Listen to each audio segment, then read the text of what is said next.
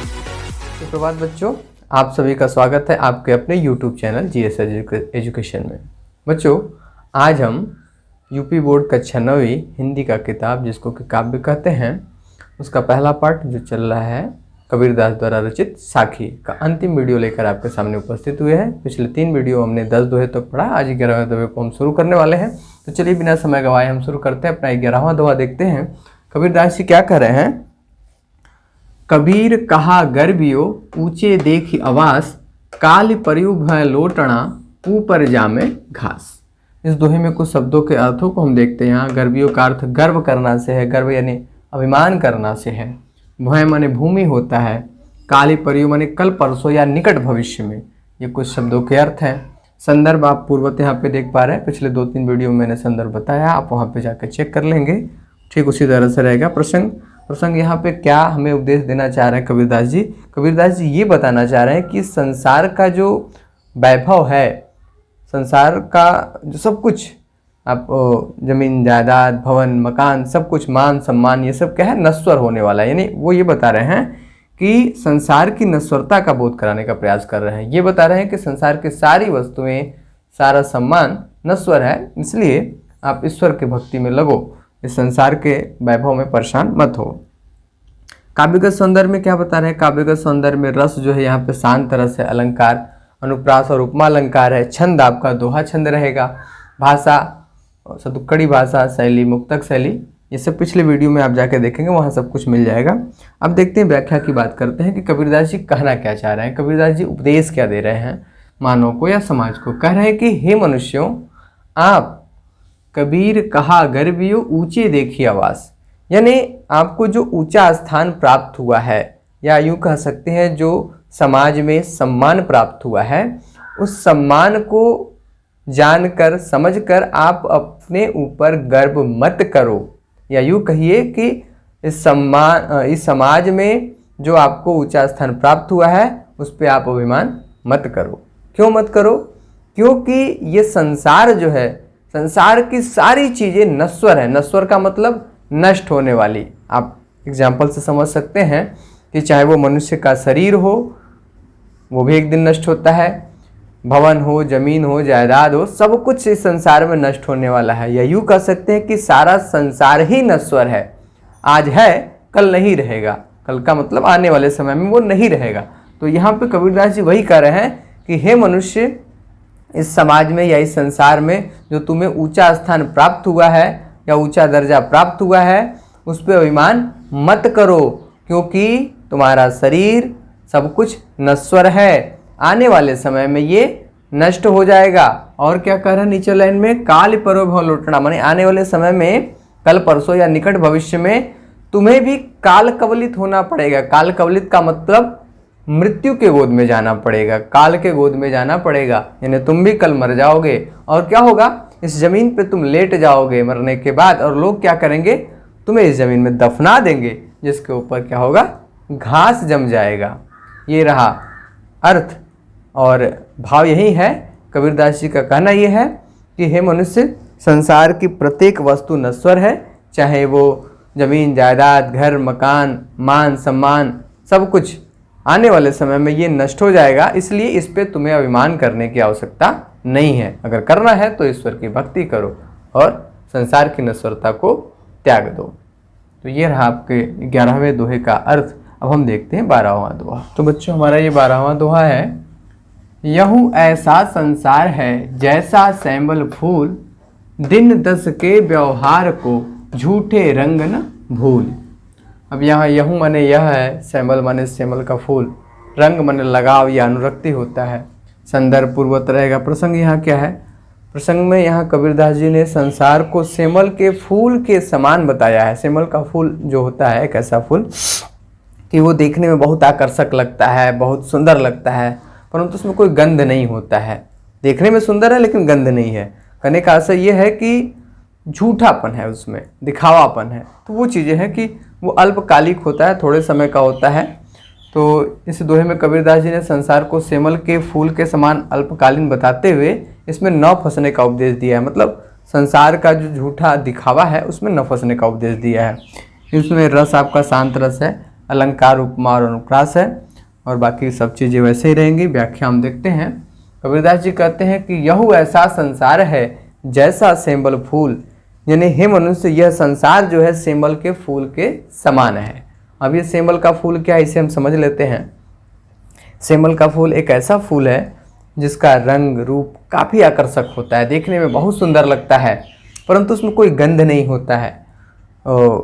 एक तोता होता है पक्षी, तोता पक्षी जो है सेंबल के फूल के आसपास मंडराता रहता है, उसकी सुंदरता को देख के, उसके आकर्षकपन को देख करके, और जब उसके आसपास मंडराता है उससे वो कुछ पाने की इच्छा करता है, लेकिन उसे मिलता क्या है, कुछ नहीं मिलता है। सेंबल के फूल में वो बिल्कुल गंध रहित होता है, और जब वो उसको प्राप्त करने की कोशिश करता है तो उसमें एक रूई जैसा कुछ मिलता है, तो वो बिल्कुल कह सकते हैं कि सेंबल का फूल गंध रहित है और बिल्कुल भुलावे वाला फूल है, ऐसा। उसी तरह से मनुष्यों को उपदेश क्या दे रहे हैं कि दिन 10 के व्यवहार को झूठे रंगन भूल। मतलब जब हम इस संसार में आते हैं तो संसार में मनुष्य से या हमसे तमाम तरह के लोग, सगे संबंधी, नातेदार, रिश्तेदार अलग अलग तरह के व्यवहार करते हैं। कभी हम भ्रातृत्व प्रेम में फंसते हैं, कभी मातृत्व प्रेम में फंसते हैं, कभी दोस्त साथी के प्रेम में फंसते हैं। अलग अलग तरह के लोगों का जो व्यवहार हमारे साथ होता है, उनका जो सम्मान होता है कुछ समय के लिए, कह रहे ना 10 दिन के, 10 दिन का मतलब कुछ समय के लिए, कुछ समय के लिए उनका जो प्रेमवत व्यवहार होता है उसमें फंस करके हम सभी लोग ईश्वर के भजन को, आराधना को भूल जाते हैं। वास्तविकता यही है, कबीरदास जी का कहना यह है कि अगर ईश्वर ने, भगवान ने हमें इस संसार में भेजा है तो वो इसलिए भेजा है कि हम ईश्वर की भक्ति करें, ईश्वर की आराधना करें। यानी जो हमारा प्रेम हो, जो हमारी भक्ति हो, जो हमारा व्यवहार हो ईश्वर के प्रति हो। परंतु हम इस संसार में आकर के लोगों के साथ या लोगों का जो हमारे साथ व्यवहार होता है, प्रेम होता है, उसमें फंस जाते हैं और ईश्वर की भक्ति को भूल जाते हैं। तो हे मनुष्य, तुम इस संसार में आकर के लोगों के द्वारा मिलने वाले व्यवहार को झूठा समझ बैठे हो और उनसे प्रेम कर बैठे हो। अतः इसका परित्याग करो, इसको छोड़ो और ईश्वर की आराधना करो, ईश्वर की भक्ति करो। तो ये रहा आपका 12वें दोहे का भाव। कहने का आशा है, एक बार फिर से मैं आपको बता देता हूँ। कबीरदास जी कहते हैं कि यह ऐसा संसार है जैसे सेमल फूल, यानी यह संसार सेमल के फूल की तरह दिखावे वाला है, झूठा है।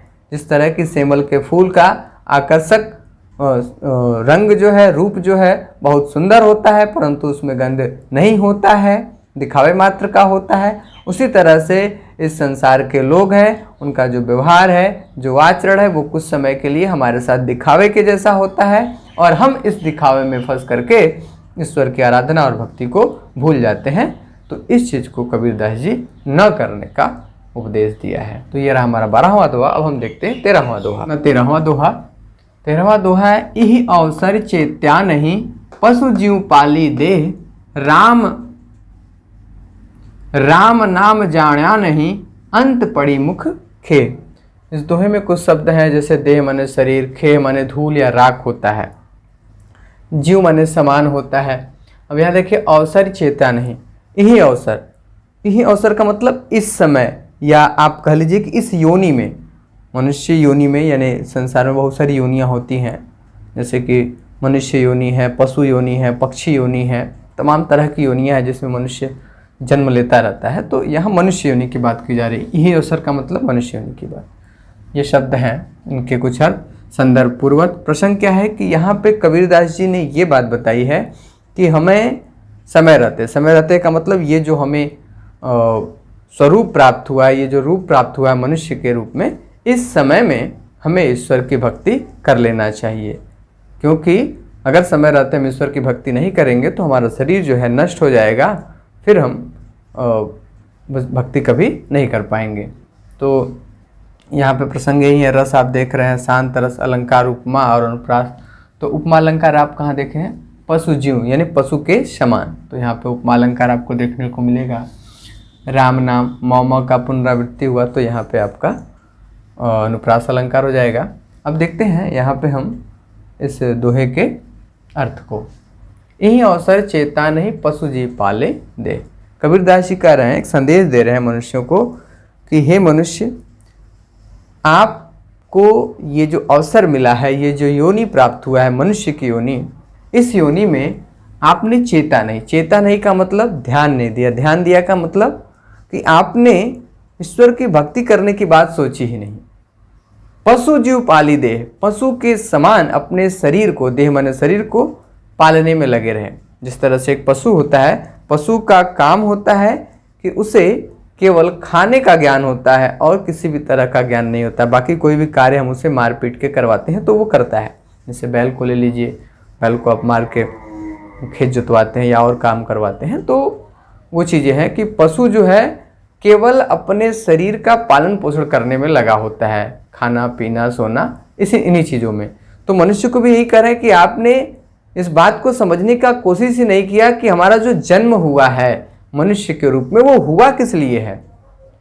ये न समझ करके आप केवल अपने शरीर को पशु के समान पालने में लगे हुए हैं। राम नाम जाना नहीं, अंत पड़ी मुख खेह। राम नाम यानी ईश्वर की भक्ति का आपने स्मरण नहीं किया, ईश्वर का नाम आपने नहीं जपा, और अंत में क्या होगा? अंत पड़ी मुख खेह, अंत में आपके मुख पे धूल पड़ जाएंगे, मतलब आप काल के गाल में समा जाएंगे, मतलब आप मृत्यु को प्राप्त हो जाएंगे। तो जब मृत्यु को प्राप्त हो जाएंगे तो फिर राम नाम का आपने जप नहीं किया, और जो आपको अवसर मिला था राम नाम जपने का, आपने उसको छोड़ दिया। इसलिए हे मनुष्य, उपदेश यही देते हैं कि हे मनुष्य, आप केवल पशु के समान अपने शरीर को पालने में न लगे रहें, बल्कि आप ईश्वर की भक्ति और आराधना भी करें, क्योंकि उसी से हमारा कल्याण होने वाला है। तो ये बात कबीरदास जी यहाँ ने मनुष्य को उपदेश दिया है। अब हम देखते हैं अपना 14वें दोहे में कबीरदास जी कह रहे हैं, यह तन काचा कुंभ है, लिया फिरे था साथ, ढबका लागा फूट गया, कछु न आया हाथ। तो अब यहाँ पे देखिए, तन मने शरीर, काचा मने कच्चा, कुंभ मने घड़ा। संदर्भ आप पूर्वत देख रहे हैं। प्रसंग यहाँ पे क्या है? कबीरदास जी ने शरीर की नश्वरता का यहाँ पे वर्णन किया है। उन्होंने बताया कि ये शरीर क्या है? नश्वर है, नाशवान है, इसलिए हमें इस पे अभिमान नहीं करना चाहिए। रस आप वही शांत रस देख रहे हैं। अलंकार में रूपक और अनुप्रास अलंकार, अनुप्रास अलंकार काचा कुंभ, यहाँ का पुनरावृत्ति है। और रूपक अलंकार आपको कहाँ देखने को मिलेगा? तन काचा कुंभ, शरीर को जो है कच्चा कुंभ के रूप में बताया गया, कच्चे घड़े के यानी मिट्टी के घड़े के रूप में बताया गया है, इसलिए यहाँ पे रूपक अलंकार है। अब देखते हैं हम इसके भाव को क्या कह रहे हैं कबीरदास जी। कह रहे हैं कि यह तन काचा कुंभ है, लिया फिरे था साथ, यानी हमारा जो शरीर है मिट्टी के घड़े के समान है, यानी टूट जाने वाला है, फूट जाने वाला है, नश्वर हो जाने वाला है, नष्ट हो जाने वाला है। लेकिन इस शरीर के सुंदरता को देखकर हम इसको अपने साथ लेकर ढो रहे हैं, मतलब समाज को दिखाने का प्रयास कर रहे हैं, लोगों को एहसास कराने का प्रयास कर रहे हैं कि हमारा शरीर जो है बहुत सुंदर है, बहुत आभावान है, काफ़ी सौंदर्यशाली है। इसे दिखाने में हम लगे हुए हैं, जबकि इस बात को हम ये भूल गए हैं कि हमारा जो शरीर है ये नष्ट हो जाने वाला है, आज नहीं तो कल निश्चित रूप से नष्ट होगा। कह रहे हैं निचले वाले पंक्तियों में, ढबका लागा फूट गया, कछु न आया हाथ। ढबका माने धक्का, ढबका का अर्थ होता है यहाँ धक्का, चोट। जिस तरह से कि मिट्टी का घड़ा होता है और मिट्टी के घड़े को हल्की सी चोट लगती है तो वो टूट फूट कर बिखर जाता है, नष्ट हो जाता है। उसी तरह से हमारा शरीर भी है कि जैसे ही मृत्यु आएगी, ढबका लागा फूट गया, यहाँ अब मृत्यु की बात करें, जब मृत्यु आएगी तो हमारा शरीर क्या हो जाएगा? नष्ट हो जाएगा, समाप्त हो जाएगा, और हमारे हाथ आने वाला कुछ भी नहीं है। कछु न आया हाथ, हमारे हाथ में कुछ नहीं आएगा। इसलिए संदेश ये देते हैं कबीरदास जी कि हे मनुष्य, इस शरीर के सुंदरता पे तुम्हें गर्व नहीं करना चाहिए, अभिमान नहीं करना चाहिए। और इस पद में भी वो यही उपदेश देने का प्रयास कर रहे हैं इस दोहे में कि मनुष्य जो है उसे अपने सौंदर्य को भूल करके, अपने अभिमान को भूल करके ईश्वर भक्ति में लीन रहना चाहिए। तो उनका यही कहना है। अब यहाँ पे आप इस 14वें दोहे का आपने भाव और अर्थ देखा। अब हम इस पाठ का अंतिम दोहा लेकर के आने वाले हैं। आइए बच्चों, अब हम 15वां और अंतिम दोहा देखते हैं। 15वें दोहे में कबीरदास जी क्या कर रहे हैं? कबीर कहा गर्बियो, देही देख सुरंग, बिछड़िया मिलब्यो नहीं, जीव काचली भुवंग। अब सुरंग का अर्थ यहाँ पे देख रहे हैं सुंदरता है, कांचली माने केचुल, भुवंग माने सर्प। केचुल आप समझ रहे होंगे, जो सांप होता है, सांप के ऊपर का जो खाल होता है जब वो छोड़ता है, केचुल उसको कहते हैं। संदर्भ पूर्ववर्ती रहेगा। प्रसंग में यहाँ क्या है, मनुष्य को कबीरदास जी ने ये बताया है कि जो मनुष्य होता है वो शरीर के प्रति काफ़ी आकर्षित होता है, अपने शरीर के प्रति काफ़ी मोहित रहता है। खास करके युवा अवस्था में, जब हम युवा अवस्था में होते हैं, बाल्यावस्था को त्याग करके जब युवा अवस्था में पहुँचते हैं, तो हमारा शरीर के प्रति मोह काफ़ी बढ़ जाता है। शरीर की सुंदरता को देखकर हम काफ़ी आकर्षित रहते हैं, चाहे वो अपना हो या किसी और का हो। तो वहाँ पे यहाँ पे इस दोहे में कबीरदास जी ने शरीर मोह के प्रति मनुष्यों को सावधान किया है। रस आप यहाँ पे वही शांत रस पाएंगे, अलंकार उपमा अलंकार पाएंगे और अनुप्रास अलंकार पाएंगे। तो इसमें अब हम देखते हैं यहाँ पे इसके अर्थ को देखते हैं। कह रहे हैं कबीरदास जी कि कबीर कहा गर्भियो देहि देखे सुरंग, यानी हे मनुष्य, शरीर की सुंदरता को देख करके गर्व यानी अभिमान न करो। क्यों न करो? क्योंकि ये जो है नष्ट होने वाला है, नश्वर होने वाला है, और जब ये नष्ट हो जाएगा तो दोबारा तुम्हें प्राप्त नहीं होगा। कैसे? बीछड़ियाँ मिलव्यो नहीं जीव काचली भुवंग। जिस प्रकार की जो सर्प का केचुल होता है, केचुल आप समझ रहे होंगे, देखे भी होंगे कि उसके ऊपर का खाल होता है सफ़ेद सफ़ेद सफ़ेद और धारीदार, उसके बॉडी के जैसा ही। तो वो जब केचुल अवस्था में होता है, फिर उसके बाद वो छोड़ देते हैं, वो शरीर से बाहर आ जाता है उसके, और जब वो बाहर आ जाता है तो दोबारा उसके शरीर पे नहीं जाता है। कहने का आशय ये है कि जो सर्प का केचुल है उसके शरीर से एक बार जब चला जाता है तो दोबारा उसके शरीर पे नहीं आता है। ठीक उसी प्रकार से मनुष्य की जो सुंदरता होती है, शरीर की जो सुंदरता होती है, वो युवा अवस्था तक बरकरार रहती है। फिर जब वृद्धावस्था आता है, बुढ़ापे का अवस्था आता है, तो शरीर की सुंदरता अपने आप धीरे धीरे नष्ट होने लगती है, कम होने लगती है। तो इस सुंदरता में तुम मत फंसो, इस सुंदरता के मोह में मत फंसो, ये यहाँ पे कबीरदास जी का कहना है। और एक बात कि आप सारे पदों को, इनके दोहे के व्याख्या को आप सुन करके अपने शब्दों में आसान से आसान शब्दों में लिखने का प्रयास करेंगे। और एक विशेष बात हम बता देना चाहेंगे कि कबीरदास जी जो थे वो ज़्यादातर मनुष्य को उपदेश देने की बात करते थे, ज्ञान के उपदेश देने की बात, और वो सांसारिक मोह माया से अलग रहना चाहते थे, अलग रह के ईश्वर की भक्ति करने का उपदेश देते थे, और उनके भक्ति में दिखावा शामिल नहीं रहता था। वो ज़्यादातर लोगों को यही कहते थे कि कर्म करते हुए ईश्वर की भक्ति करो, दिखावा करने की ज़रूरत नहीं है। तो इस तरह के बहुत सारे ज्ञान की बातें उन्होंने हमें दिया है। तो इस वाले लाइन को आप समझे होंगे। ये हमारा 15वां और आखिरी दोहा था साखी पद का। अब इसके बाद हम अगले वीडियो में नए अध्याय को लेकर के आएंगे। तब तक आप इसे पढ़ते रहिए। धन्यवाद।